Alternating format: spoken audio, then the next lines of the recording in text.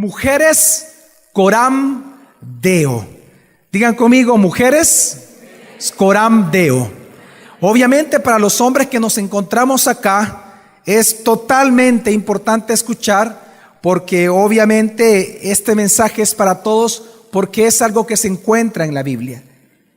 Y para comenzar quiero que leamos Colosenses capítulo 1, versículo 15 al 20, que dice así la palabra del Señor. Lo tenemos en pantalla. Dice así: Él es la imagen del Dios invisible, el primogénito de toda creación, porque en Él fueron creadas todas las cosas, en los cielos y en la tierra, visibles e invisibles, tronos, dominios, principados, potestades.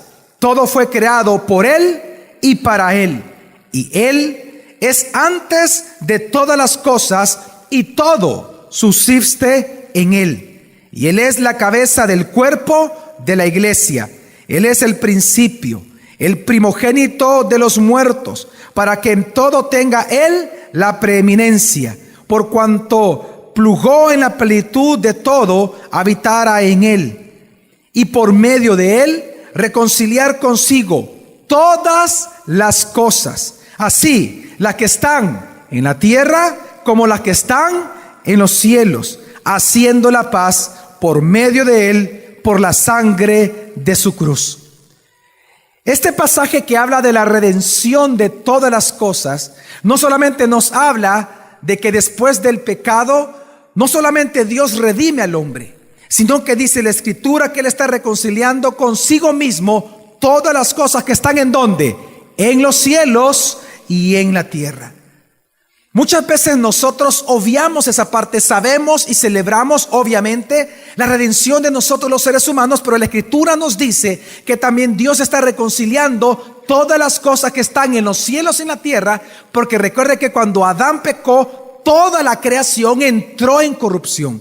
Por eso es que está gimiendo aún, dice la Escritura, a la redención de los hijos de Dios para ser liberada de toda corrupción. Pero es interesante que en este pasaje la frase todas las cosas y toda la creación, toda creación, estas dos frases, todas las cosas y toda creación, en este pequeño pasaje aparecen 6 veces. 6 veces aparecen esta frase. Pero ¿por qué?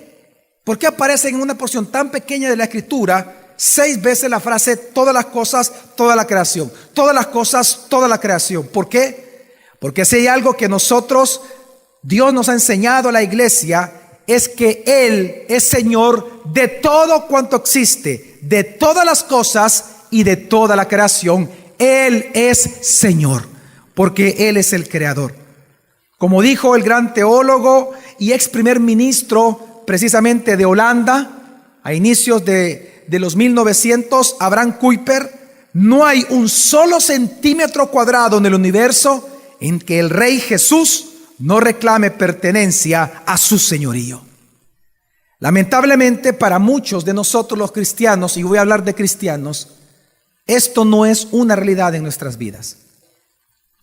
Lamentablemente muchos de nosotros probablemente hemos caído en el error y casi herejía de nosotros pensar que nuestra vida está dividida o está fragmentada en 2 grandes partes: en la vida secular del cristiano y la vida espiritual del cristiano.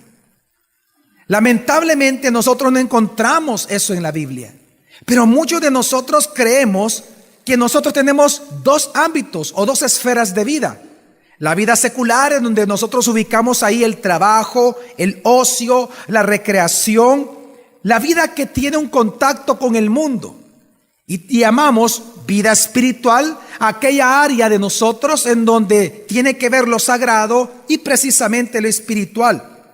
Creemos que lo espiritual es lo bueno y lo secular es lo malo. Y eso es un pensamiento gnóstico. Desde los tiempos del cristianismo primitivo, encontramos que el gnosticismo trató de imponerle al pensamiento cristiano de que lo espiritual es lo bueno, pero lo material es lo malo, que lo que está está en la parte etérea es lo bueno y todo lo que está en la tierra es lo malo. El problema con este tipo de visión fragmentada o de tener el conocimiento, el pensamiento que nosotros tenemos dos ámbitos de vida, es que esto nos distorsiona a nosotros mismos por completo. Por un lado, muchos de nosotros hablamos de que Jesús es nuestro Salvador, pero lamentablemente por este tipo de pensamiento no se demuestra que Jesús sea el Señor en varias áreas de nuestra vida. Nosotros decimos que Jesús es el Salvador de nosotros, pero por otro lado no se ve que Jesús sea el Señor en muchas áreas de su vida, especialmente en la recreación, en el ocio, en el trabajo o en la familia. Pero este tipo de visión fragmentada acerca de la vida que viene por causa del pecado, cuando se introduce en la iglesia, eso sí es peligroso. Pues precisamente cuando la iglesia comienza a separar la vida secular de la vida espiritual, esa iglesia local pierde su influencia en la cultura. Ya no puede influenciar, ya no puede ser sal y luz de su propia nación.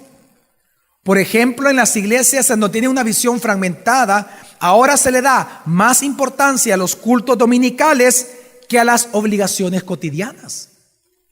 Y pensamos que es más importante el culto del domingo que las actividades diarias como cristianos. En este tipo de iglesias, el servir en la iglesia a tiempo completo siempre va a ser mejor, es considerada de mayor valor ante los ojos de Dios que aquellos cristianos que se ocupan de las artes, en las leyes, en la política, en la economía, en el deporte, emprendedurismo, finanzas, etcétera, etcétera, etcétera. Realmente cuando la iglesia se divide entre lo secular y lo espiritual o lo religioso, es cuando la iglesia realmente se vuelve incapaz de apreciar la conexión que existe entre las cosas fundamentales o doctrinas fundamentales de la Biblia con la cultura y la vida cívica. Y esto precisamente la historia demuestra que cuando una mujer, que cuando un hombre, cuando una iglesia o cuando la iglesia de cristiana, la iglesia de Jesucristo, cree esta herejía de dos esferas de vida completamente separadas, realmente produce un estrago en su propia nación. Lamentablemente, la iglesia está llamada, sí, a influenciar nuestra cultura. Nosotros estamos llamados a ser sal y luz de la tierra. Como sal, como la sal verdadera, estamos llamados a ser esparcidos al mundo sin ser del mundo, pero para influenciar al mundo. Pero cuando nosotros mismos separamos lo secular de lo espiritual, entonces nosotros perdemos todo discernimiento para influenciar en cada una de estas culturas. Lamentablemente nosotros cuando la iglesia hace esto y pensamos que lo espiritual es más importante que lo secular, lamentablemente la historia demuestra que las iglesias comienzan a separarse tanto de su cultura que nos convertimos en una subcultura y nos convertimos en aquello como que si fuéramos un gueto cristiano. Por ejemplo, ahora tenemos nuestro propio vocabulario, tenemos nuestras propias maneras de recrearnos, tenemos nuestros propios medios de comunicación y realmente poco a poco nos estamos convirtiendo en una subcultura y nos estamos convirtiendo en un gueto cristiano. Y es cuando la iglesia tiene esta visión fragmentada que peligrosamente es cuando los valores y las creencias predominantes de la cultura empiezan a influir dentro de la iglesia cristiana y no todo lo contrario. No sé si me estoy dando a entender. Cuando la iglesia separa lo cristiano de lo secular, pensando que Dios nos ha llamado solo a lo espiritual y que solo eso es importante, y vemos malo la vida secular, lamentablemente nosotros, al separarnos del mismo mundo, el mundo es el que está influenciando en nosotros, está influenciando en nuestras decisiones. Y esto lo demuestra la historia. Y quiero realmente hablarles un poco de la historia para que poderles demostrar que lo que les estoy diciendo absolutamente no es ninguna mentira. En la historia de la humanidad hay páginas negras que la humanidad trata de olvidar realmente. Una de esas páginas negras en la historia, y usted no me dejará mentir, es todos los estragos que hizo el imperio nazi bajo el liderazgo de Adolfo Hitler. Si hay una página negra en la historia de la humanidad, es precisamente el imperio nazi. ¿Sí o no, mi familia? ¿Sí o no? Todos nosotros sabemos los estragos que hizo el imperio nazi, pero usted nunca se ha preguntado cómo llegó a ser o cómo llegó a surgir el imperio nazi. Para que usted que está pensando que estoy loco en hablar de esto en un culto evangélico, quiero comenzar con lo siguiente. Algo que las personas no saben es que cuando Hitler subió al poder en Alemania, el día en que él subió al poder en Alemania, a inicios de los años 1900, el 95% de los alemanes eran cristianos.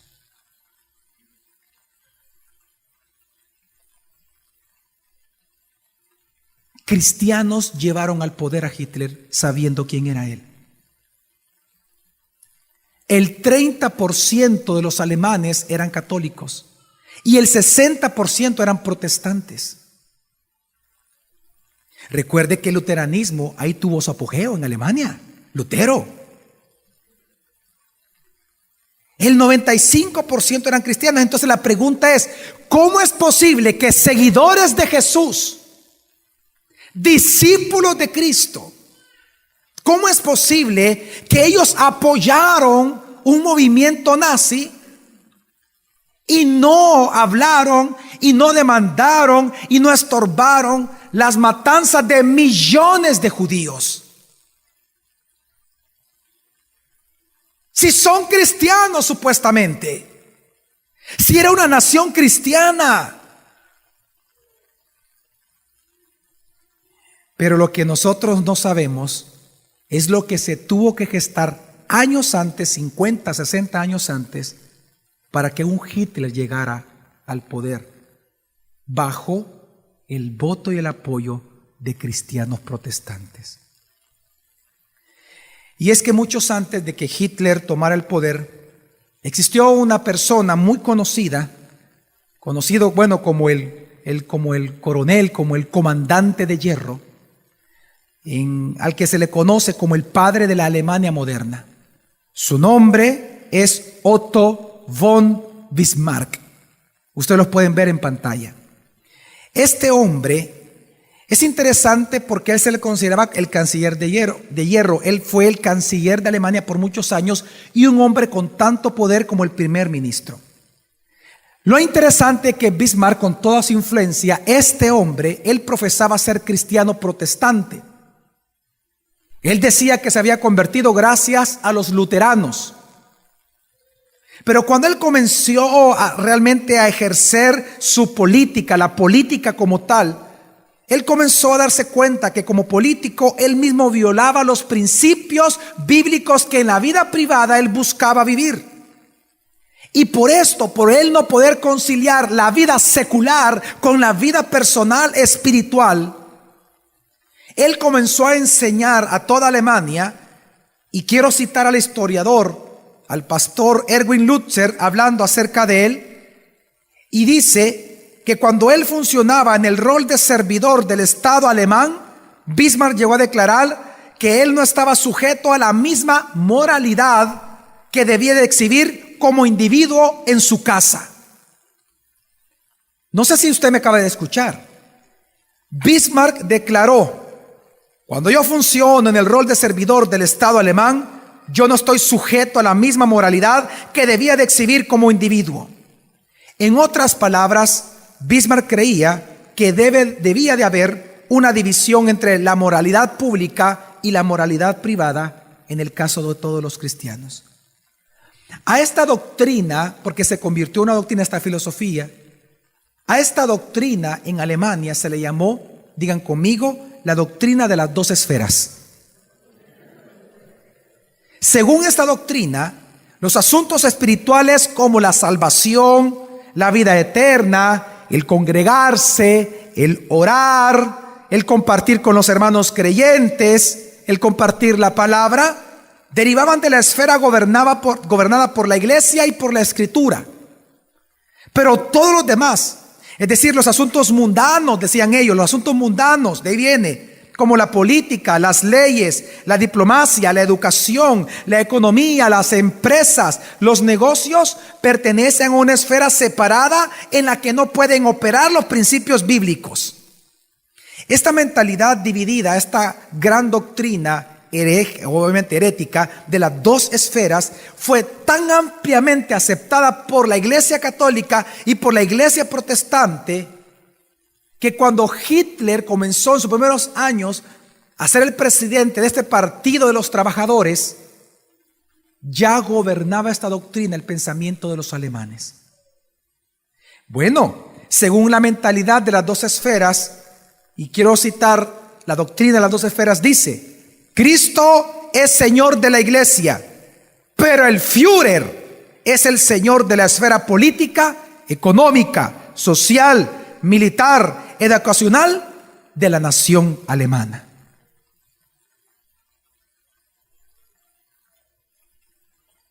Para esta mentalidad, los valores como la honestidad, la compasión, no se podían trasladar a la vida pública, porque la vida pública es secular y por lo tanto es mala.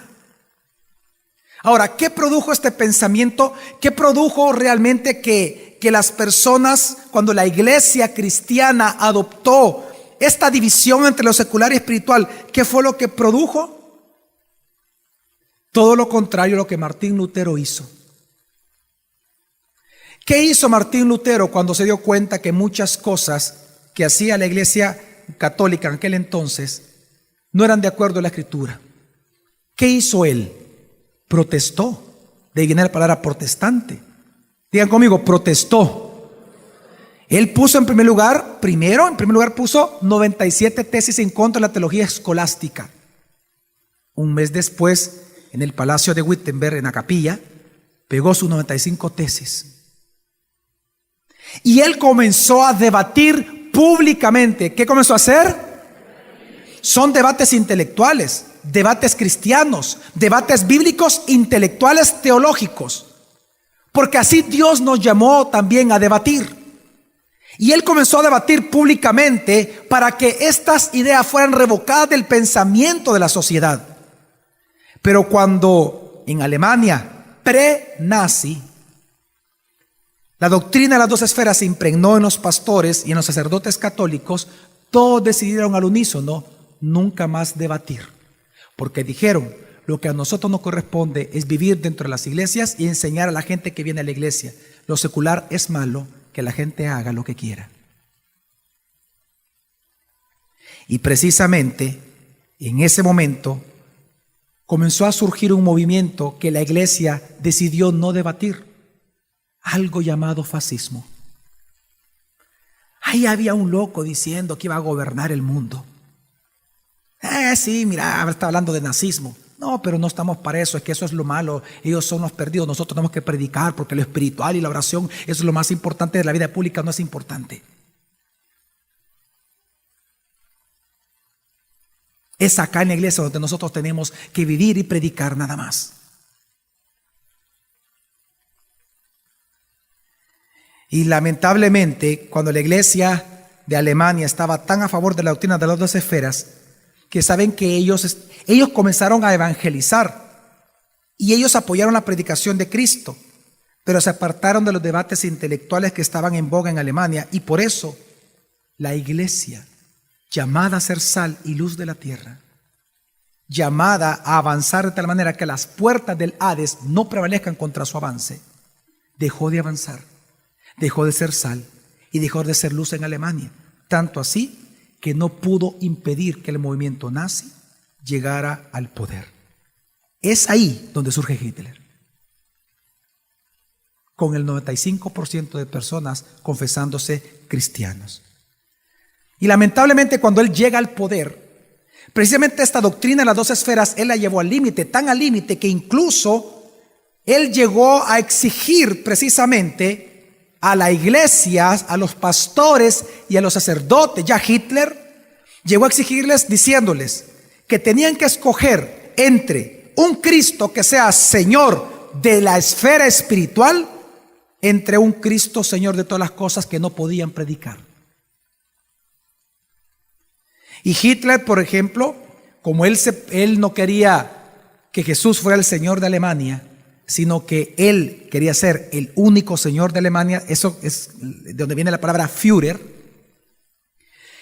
Por eso es que en 1934 el gobierno nazi emitió un decreto conocido como la Orden de Muslin, con Z, para lo que están apuntando, la Orden de Muslin, que prohibía a todo el clero alemán, protestante y católico, comentar sermones que se prestaran a la controversia social o política.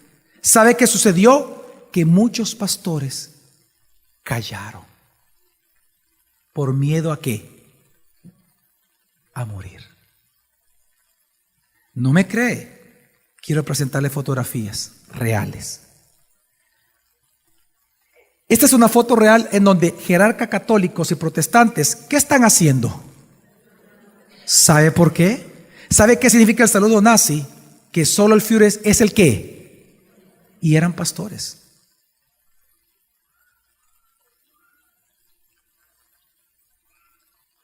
Era tan terrible este tiempo en Alemania y tan podrida la iglesia, que lo que sucedió también en la siguiente fotografía, esta es muy pequeña, por eso no se pudo ampliar. En este templo luterano protestante, recuerde que los luteranos de antes no eran como ahora. Precisamente los luteranos, los protestantes, en este pequeño templo había un rótulo que decía, no se lee alemán, pero ahí dice: Dios bendiga a Adolfo Hitler. En la puerta principal de las iglesias protestantes. ¿No me cree? Veamos la siguiente fotografía. Aquí usted encuentra en la pancarta, vea la pancarta por favor, al lado izquierdo, ¿qué cruz aparece? La esvástica, la cruz de Hitler. ¿Y a la derecha qué aparece? Claro, porque este movimiento era el movimiento alemán cristiano. Ellos evangelizaban, pero evangelizaban bajo el evangelio tergiversado acerca de Jesucristo que Hitler había permitido predicar. ¿Sabe cuál era el logo de este movimiento evangélico protestante de evangelización? La cruz de Cristo. ¿Y en medio quién está? La cruz vástica. Cuando esto pasó, muchos pastores no quisieron realmente meterse en eso. No quisieron ser mártires. Se demostró que no eran verdaderos cristianos. Ellos creían que la vida espiritual era lo más importante únicamente porque para ellos había una segunda vida que era la secular y que no era importante, que era mala porque era mundana.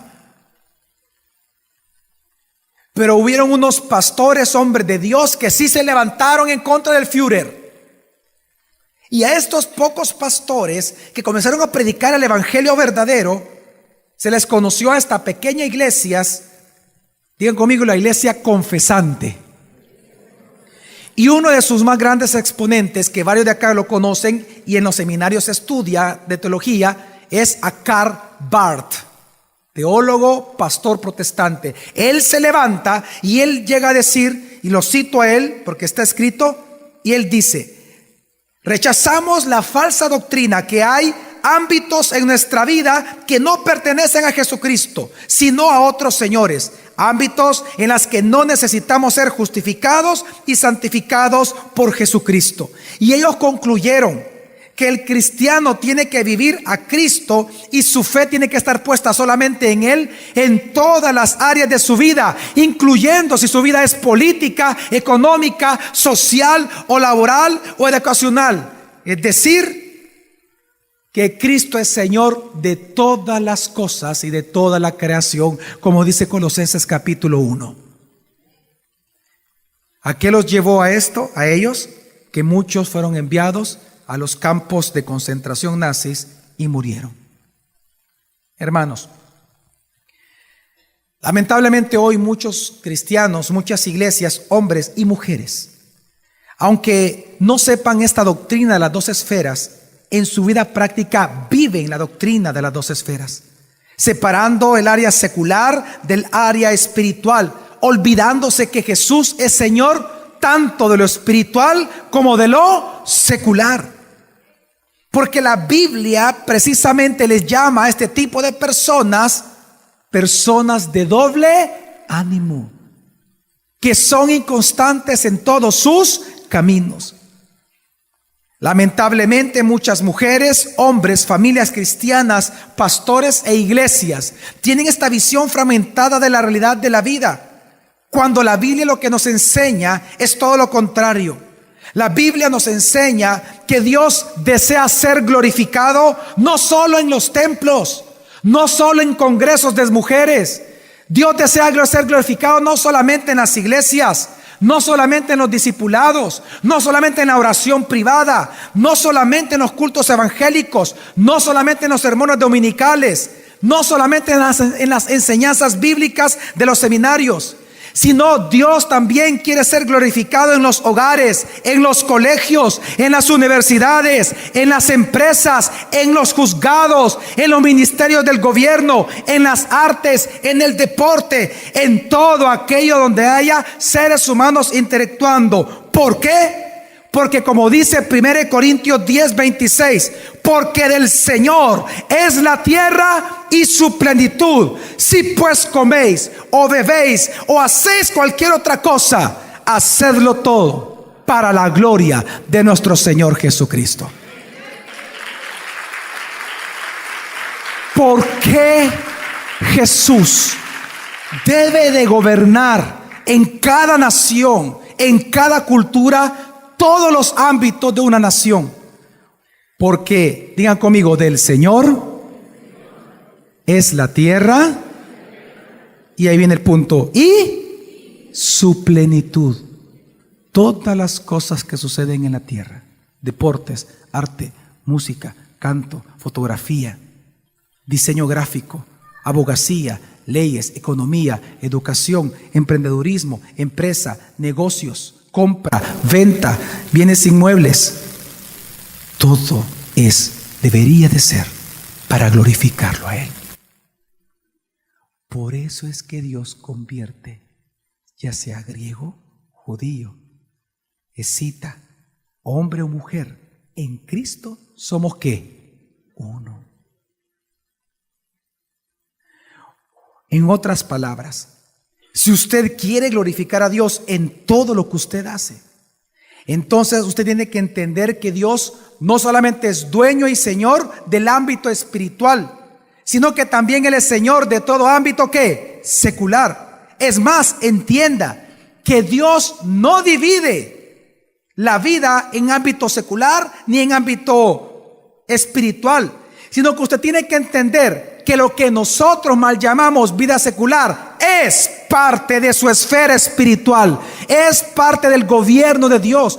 Todo trabajo secular es parte de la vida espiritual de un cristiano. Cuando una persona comprende que del Señor es la tierra y su plenitud, entonces puede entender que todo lo que contiene la tierra es también del Señor.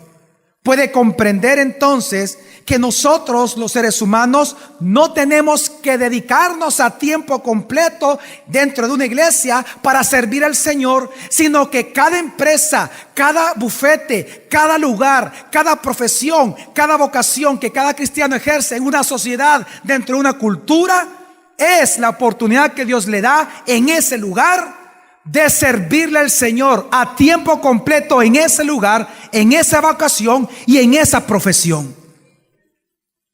Lamentablemente la iglesia se ha perdido fuerza en la cultura, en la sociedad. Es porque no entiende eso. Dios no solamente es glorificado en los cultos dominicales. Claro que tenemos que congregarnos. Dice la Escritura que no podemos dejar de congregarnos como algunos tienen por costumbre. Claro, lo sabemos. Pero Dios nos congrega para luego esparcirnos. Dios nos edifica para luego nosotros sembrar de lo que fuimos edificados. Cada uno en su ámbito, cada uno en su profesión. ¿Usted se imagina que el 100% de Sabor fueran pastores? ¿Habría cultura? ¿Habría cultura? No.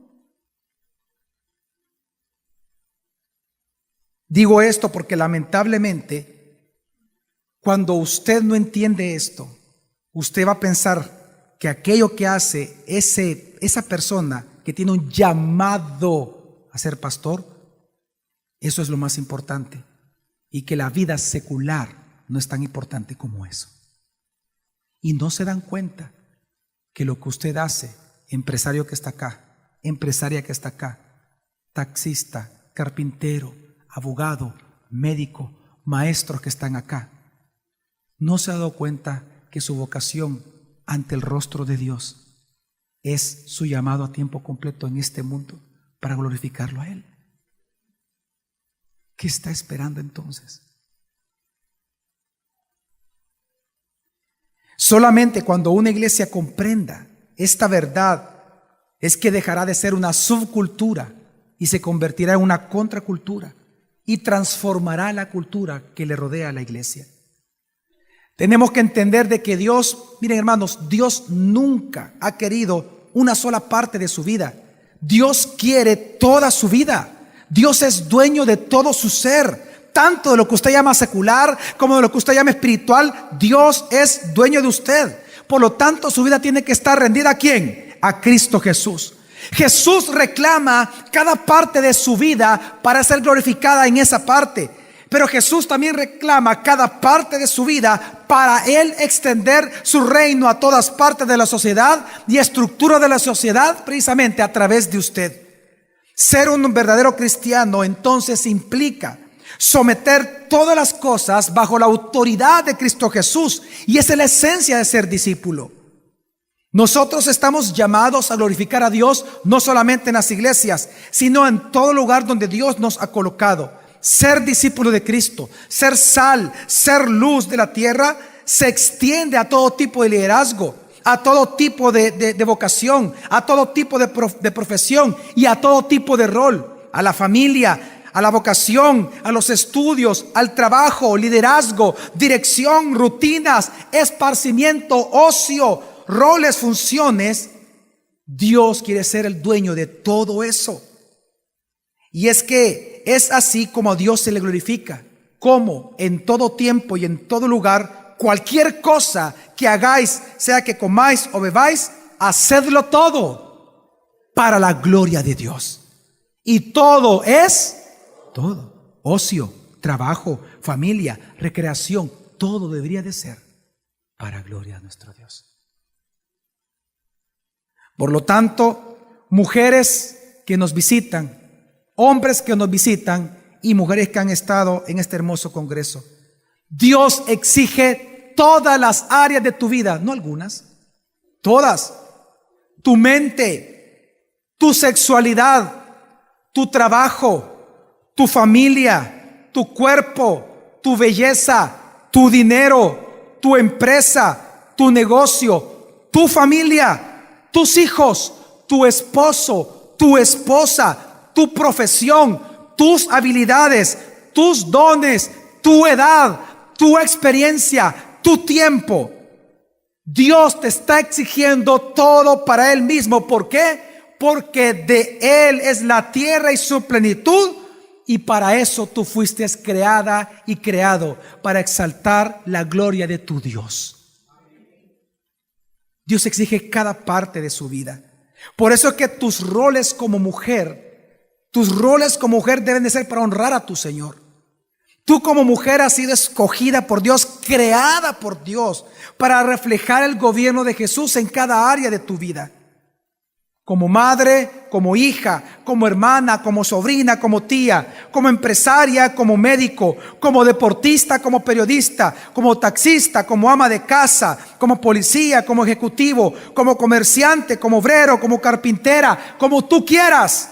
Dios te ha ordenado que junto con los demás cristianos, cada uno en sus roles, transformemos nuestra cultura a través del evangelio.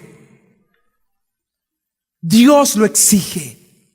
Y lo exige porque Él tiene la prerrogativa de ser Dios, porque Él es Dios. Y es igual con los pastores, es igual con todos los que estamos acá. Usted y yo somos un solo cuerpo en Cristo, amén. pero no somos iguales. Y no tenemos las mismas funciones y no tenemos los mismos roles. No tenemos las mismas profesiones y no tenemos el mismo tiempo, ni la misma edad, ni el mismo conocimiento. Pero ¿sabe qué es lo que sí tenemos todos como un solo cuerpo? La misma vocación.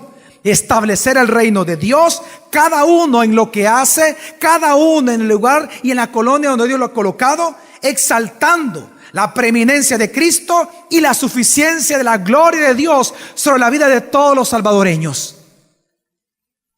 Esa es nuestra vocación como iglesia. Esa es nuestra vocación como cuerpo de Cristo. Todos somos diferentes, así como cada parte del cuerpo es distinta de la otra. Bueno, si no ve hacia sus pies, no son iguales. Uno más chuco que el otro, no. Lo más que usted es más patuda de un pie que de otro. Cada miembro del cuerpo es diferente al otro. Amén. Digan conmigo, roles diferentes, funciones diferentes, pero una misma vocación, un mismo Dios, un mismo Señor, un solo Espíritu, un solo Evangelio, una sola salvación y un Cristo, Jesús de Nazaret. Y eso es lo que nos une. Y es lo que nos hace especiales a nosotros en El Salvador. Dios no quiere uniformidad en nosotros. Dios no quiere que seamos iguales en cuestiones de roles ni funciones. En el tiempo de la Gran Reforma en Alemania y en general en toda Europa, la Iglesia Católica consideraba que el trabajo de los feligreses, cualquiera que fuera el trabajo de los feligreses, era inferior al trabajo de los sacerdotes y de los monjes. Por eso es que en la Reforma Martín Lutero confrontó directamente esta creencia en su folleto La cautividad babilónica de la Iglesia.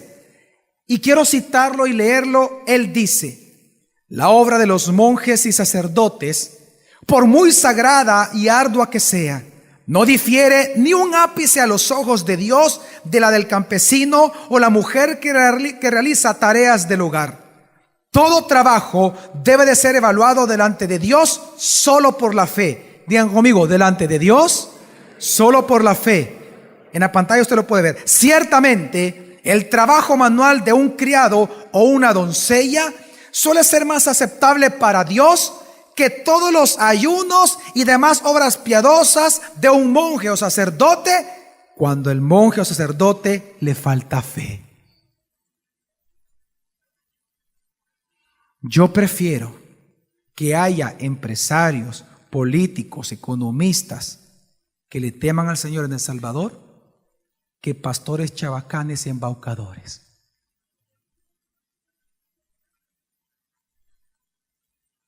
¿Entiende usted?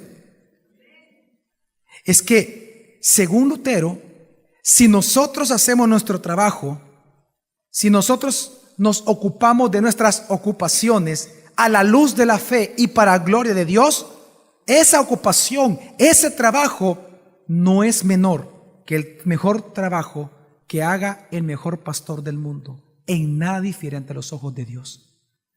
Porque así como Dios le pide a un pastor piedad y santidad en lo que hace, así Dios les pide a una abogada santidad y piedad en lo que hace.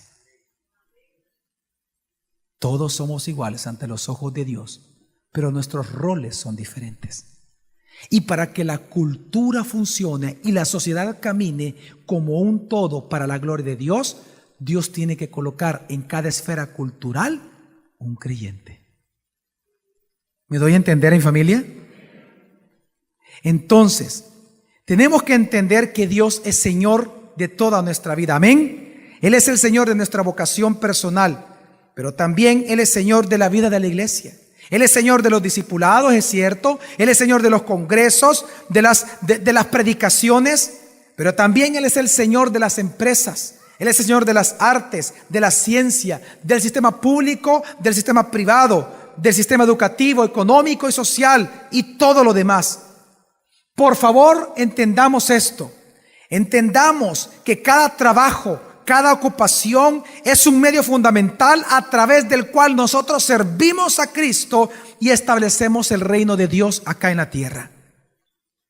hermanas que están acá, el reino de Dios no se establece dentro de la iglesia. Se supone que dentro de la iglesia ya lo vivimos. El reino de Dios no se establece en las iglesias adentro. El reino de Dios se establece afuera. Adentro de las iglesias ya vivimos el reino. Disfrutamos el reino. Somos hijos del reino. Alabamos al Rey. Amamos al Rey. Evaluamos su palabra. Estudiamos su palabra. Predicamos su palabra. Amamos la palabra del reino. Pero ¿dónde se tiene que establecer el reino? Donde no está establecido. ¿Y dónde no está establecido? Allá afuera. Tenemos que entender que la intención de Dios siempre ha sido congregarnos el primer día de la semana. Amén. Para ser alimentados de la palabra. Amén. Para orar comunitariamente. Amén. Para alabar su nombre. Amén. Para exaltar su palabra. Amén. Para ser alimentados de su palabra. Amén. Pero luego de que usted se congrega el primer día de la semana, Dios le ha hecho a usted el llamado que usted luego salga a las diferentes, ahí sí, esferas de la sociedad, para que usted pueda impregnar con el buen olor de Cristo la sociedad. Y solo así, y hasta ese momento, la cultura salvadoreña va a cambiar y podría cambiar para gloria de Dios. Un pastor cuyo nombre es Grover Gunn, él muy sabiamente escribió: toda ocupación válida ofrece oportunidades especiales para someterse a Dios. El legislador cristiano puede reconocer la ley de Dios como ley suprema. El educador cristiano, aquí hay maestros, puede enseñar que todos los tesoros y sabiduría y el conocimiento están escondidos en Cristo. El empresario cristiano puede dirigir su negocio con honestidad e integridad financiera. El médico cristiano puede respetar la sanidad de la vida humana. El agricultor cristiano puede tratar respetuosamente la tierra de Dios mientras se esfuerza a producir en abundancia. ¿Por qué esto es así? Porque también dice Colosenses capítulo 3, versículo 23 al 24. Hagan lo que hagan, trabajen de buena gana, como para el Señor y no como para nadie en este mundo, conscientes de que el Señor los recompensará con la herencia. Ustedes sirven a Cristo, a Cristo, a Cristo el Señor. ¿Podemos leerlo a la cuenta de 3 este versículo, hermanos? 1, 2 y 3. Hagan lo que hagan, trabajen de buena gana como para el Señor y no como para nadie.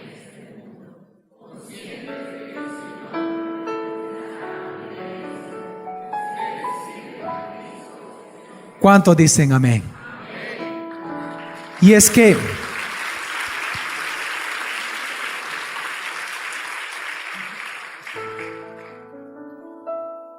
delante de la gloria de Dios, delante de la faz de Dios, delante del rostro de Dios, no hay división entre lo secular y espiritual. Todo le pertenece a Él.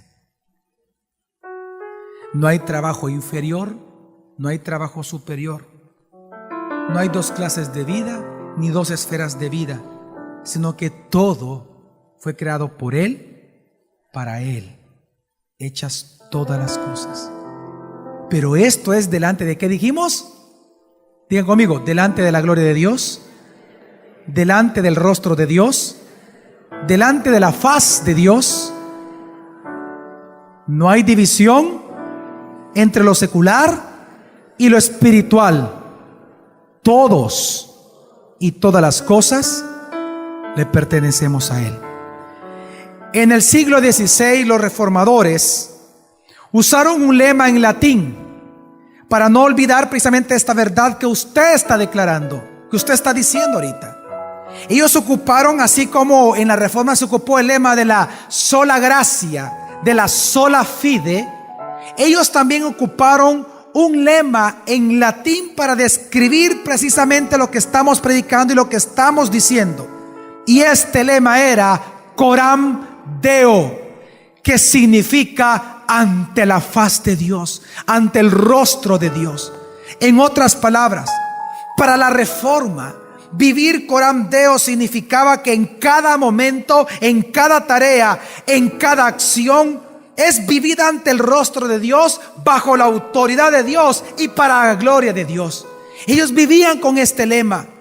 Las madres le decían a sus hijas: hija, vive Coram Deo. Esposo mío, vive Coram Deo. Hermana mía, vive Coram Deo. Pastor, vive Coram Deo. Predicador, vive Coram Deo. Mujer de Dios que estás en este congreso, vive Coram Deo. ¿Qué significa vivir Coram Deo? Que cada momento, que cada tarea que tú hagas, cada ocupación, cada recreación, cada parte de tu ocio, cada parte de tu trabajo, hazlo como delante del rostro de Dios, sabiendo que eso que tú haces le pertenece también a Dios. Hazlo con la conciencia de que Dios te ve todos los días de tu vida. Vivir Coram Deo es vivir sabiendo que Jesús tiene el derecho a toda nuestra devoción dentro del culto de la iglesia, como también mientras nosotros preparamos la comida o cambiamos el pañal de un niño, aramos un campo, ejercemos leyes, predicamos el evangelio o hacemos negocios de millones. Vivamos Coram Deo. Vivamos Coram Deo. William Tyndale, misionero, dijo que, y lo cito: agradar a Dios, regar, lavar platos, remendar zapatos y predicar la palabra, es todo ello una misma cosa ante el rostro de Dios. Coram Deo. Mujeres de este congreso, sean mujeres Coram Deo. Hagan lo que ustedes hagan. No importa la profesión que usted escoja, no importa sus horas de trabajo y su tiempo de ocio, no importa la intimidad que usted tenga con sus hijos o la intimidad que usted tenga con su esposo. Por favor, todo hágalo Coram Deo ante el rostro de Dios. Exalte la gloria y la preeminencia de Cristo en su vida cada instante, cada respirar de su vida. Que su aliento sea para su Señor Jesús. Él es su dueño. Él es su Dios. Ya no escuchen las mentiras de aquellas voces que son manejadas por Satanás, que se levantan para alejarte de la faz y del rostro de Dios. El plan de Dios para tu vida, mujer, es que tú exaltes a Jesús por medio de tus distintos roles, siendo maestra de las naciones. Por medio de tus distintas funciones y actividades cotidianas, exalta a tu Dios, y su nombre es Jesús. Si tan solo nosotros, hermanos y hermanas, si tan solo nosotros nos uniéramos y viviéramos Coram Deo, nuestra cultura y sociedad salvadoreña sería transformada. La forma de hacer política sería transformada. La forma de hacer educación sería transformada. La forma de hacer negocios sería transformada. La forma de crear hijos sería transformada. La forma de recrearnos en El Salvador sería transformado. Todo sería hermoso. Amén. Hermanos y hermanas, vivamos Coram Deo. Vamos a las iglesias, vamos y congreguémonos, alabemos comunitariamente a nuestro Señor Jesucristo. Llevemos ofrendas, llevemos nuestros diezmos, oremos cada día en lo privado. Pero cada día de la semana salgamos a las calles, a nuestras vocaciones y profesiones, y vivamos ante el rostro de Dios, estableciendo la gloria y la preeminencia de Cristo en cada lugar donde Dios nos coloca. Seamos personas Coram Deo para la gloria de Dios. Esa es nuestra vocación, nuestro llamado. Qué triste que hoy hemos olvidado eso. Qué triste es que muchos pastores predicamos y ni siquiera estudiamos lo que la sangre de estos mártires representó. Porque estos murieron por estos ideales cristianos. Ellos murieron por vivir Coram Deo.